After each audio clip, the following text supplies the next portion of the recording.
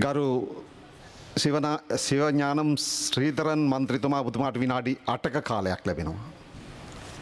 கௌரவ தலைமை தாங்கும் உறுப்பினர் அவர்களே, இன்றைய தினம்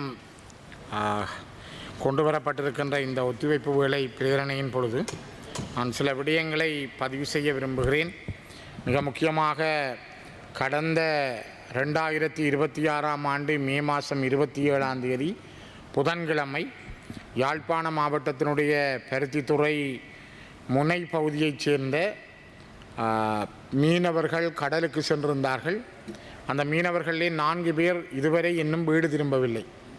அரசாங்கத்தினால் அவ்வாறு சென்றவர்களை கொண்டு வருவதற்கான, தேடி கண்டுபிடிப்பதற்கான சரியான நடவடிக்கைகள் உரிய நேரத்தில் மேற்கொள்ளப்படவில்லை என்பதையே அந்த பகுதி எங்களுடைய மீனவ சகோதரர்கள் எங்களிடம் முறையிட்டிருக்கிறார்கள். குறிப்பாக சிமியாம்பிள்ளை சுஜிக்குமார் 37 வயசு, கதிர்காமம் சோதிலிங்கம் 52 வயசு, பாலசூரியமூர்த்தி ராமகிருஷ்ணன் 53 வயது, ராமகிருஷ்ணன் ரவிராஜ் 28 வயது. இதிலே ராமகிருஷ்ணனும் ராமகிருஷ்ணனுடைய மகன் ரவிராஜ் அவர்களும் தந்தையும் மகனுமாக கடலுக்கு சென்றிருந்தார்கள். இவர்கள் பருத்தித்துறை முனை கற்கோவளம் பகுதிகளை சொந்த இடமாக கொண்ட இந்த எங்களுடைய மீனவ சகோதரர்கள் இன்று வரை வீடு திரும்பவில்லை. இவர்களுக்கான உயிர்களுக்கு என்ன நடந்தது, இவர்களுக்கு என்ன நடந்திருக்கும் என்பதை இன்னும் அரசு பொறுப்போடு வெளியிடவில்லை. அரசிடமிருந்து ஒரு சரியான பதிலும் அவர்களுக்கு கிடைக்கவில்லை என்பதையும் நான் இந்த இடத்திலே பதிவு செய்ய விரும்புகிறேன்.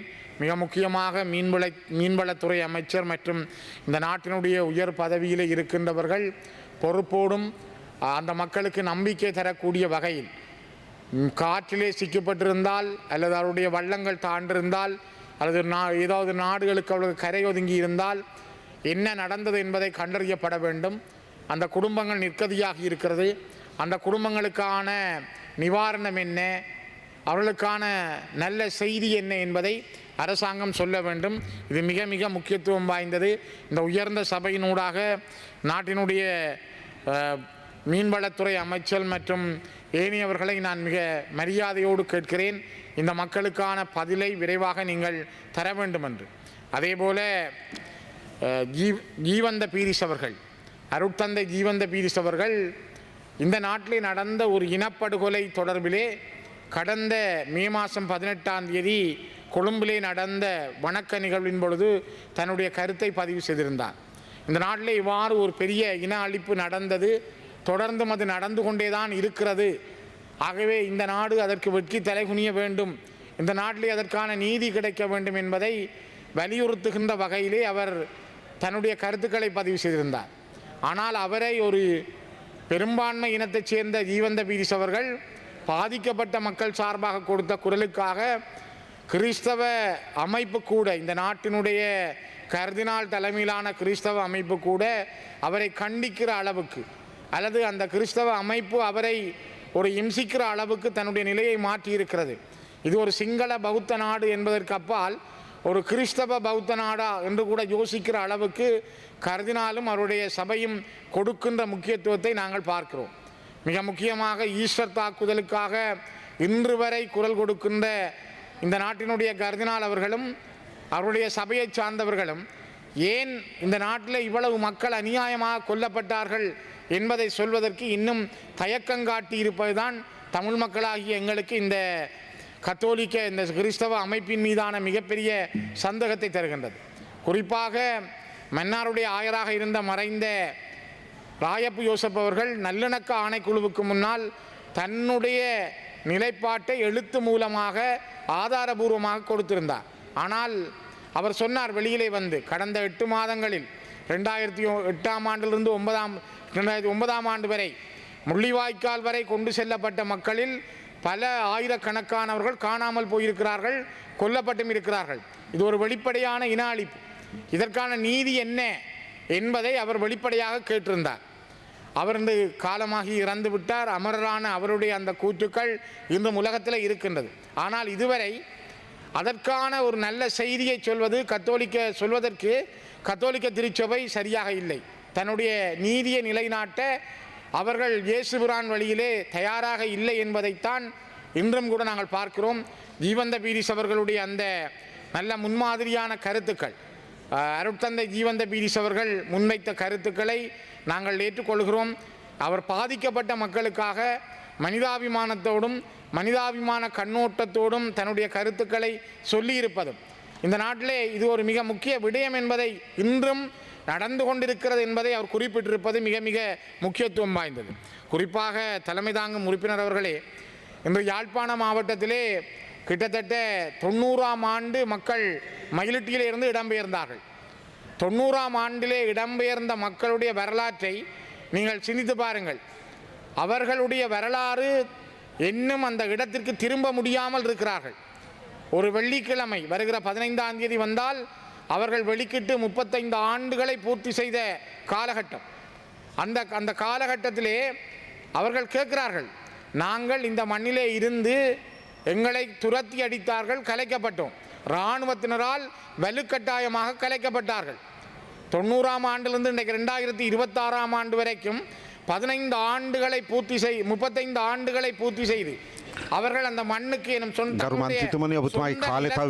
முடியாமல் இருக்கிறார்கள். அதற்காக அவர்கள் இப்பொழுது ஒவ்வொரு வெள்ளிக்கிழமைகளிலும் மயிலிட்டியிலே ஒரு போராட்டத்தை முன்னெடுக்கிறார்கள். மயிலிட்டியிலே அவர்கள் முன்னெடுக்கின்ற போராட்டம், எங்களுடைய நிலத்தை எங்களிடம் தாருங்கள். அவர்கள் அந்த போராட்டம் நடத்துகின்ற நிலத்துக்கு முன்னாலே அவருடைய சொந்த நிலம் இருக்கிறது. அதிலே இராணுவம் தோட்டம் செய்கிறது. அவர்கள் காடாக அடைத்து வைத்திருக்கிறார்கள். இராணுவம் குடியிருக்கவும் இல்லை. ஆனால் இராணுவம் யாழ்ப்பாணத்திலே சலூன் நடத்துகிறது, இராணுவம் கடைகளை நடத்துகிறது, இராணுவம் மக்களுடைய காணிகளில் தோட்டம் செய்கிறது. தோட்டம் செய்த மரக்கறிகளை சந்தையிலே கொண்டு வந்து இராணுவம் விற்கிறது. இராணுவம் முன்பள்ளிகளை நடத்துகிறது. இன்னும் இந்த நாட்டிலே இந்த நிலை மாறவில்லை. அதனால்தான் நாங்கள் கேட்கிறோம், இந்த அரசு மாறியும் கூட ஜனாதிபதி வலிகாமம் வடக்குக்கு வந்து நடைபெறுகின்ற பொழுதும் கூட மக்களுடைய காணிகளை விடுவியுங்கள், அந்த மக்கள் அந்த இடங்களில் குடியேற விடுங்கள் என்று கேட்ட பொழுது, இங்கே நீங்கள் டித்துவா புயலை பற்றி பேசுகிறீர்கள், அரிசி விலை பற்றி பேசுகிறீர்கள், பொருளாதாரத்தினுடைய நிலை பற்றி பேசுகிறீர்கள். ஆனால் தங்களுடைய மிக உற்பத்தியை தரக்கூடிய அந்த மயிலிட்டி போன்ற இடங்கள், தையிட்டி, மயிலிட்டி, காங்கேசந்துறை, பலாலி, வசாவிளான், தோலகட்டி போன்ற இடங்களிலே மக்கள் கொடி, முந்திரிகை, திராட்சை செய்கையிலே வெற்றி பெற்ற இடங்கள், வெற்றிலை செய்கையிலே வெற்றி பெற்ற இடங்கள், மரக்கறி செய்கையிலே வெற்றி பெற்ற இடங்கள், ஒரு நாளைக்கு குறைந்தது 4 அல்லது 5 பார ஊர்திகளில் டம்புள்ள சந்தைக்கு மரக்கறிகளை அனுப்பி வைத்த மக்கள் அந்த மக்கள். ஆனால் இன்று தாங்கள் உற்பத்தி செய்ய முடியாமல் தெருக்களிலே காத்திருக்கிறார்கள். இன்றைக்கு இவர்கள் தொடர்ந்து போராடுகிறார்கள். இந்த நாடு, இந்த நாட்டினுடைய தலைமை, இந்த நாட்டினுடைய அரசாங்கம் அதனை கண்டுகொள்ளாமல் இருப்பதுதான் மிக கூடிய வேதனையானது. ஆகவே தயவு செய்து இந்த நாட்டினுடைய பொறுப்பு வாய்ந்தவர்கள், உண்மையை உணர்ந்தவர்கள், ஒரு நியாயமான மனிதாபிமானத்தை நேசிக்கின்ற நீங்கள், நல்லிணக்கம் பற்றி பேசுகின்ற நீங்கள், இன்றைக்கு 2 ஆண்டுகள் அரசு பதவி அந்த மக்களுடைய சொந்த நிலத்தில் குடியேற விடுங்கள்.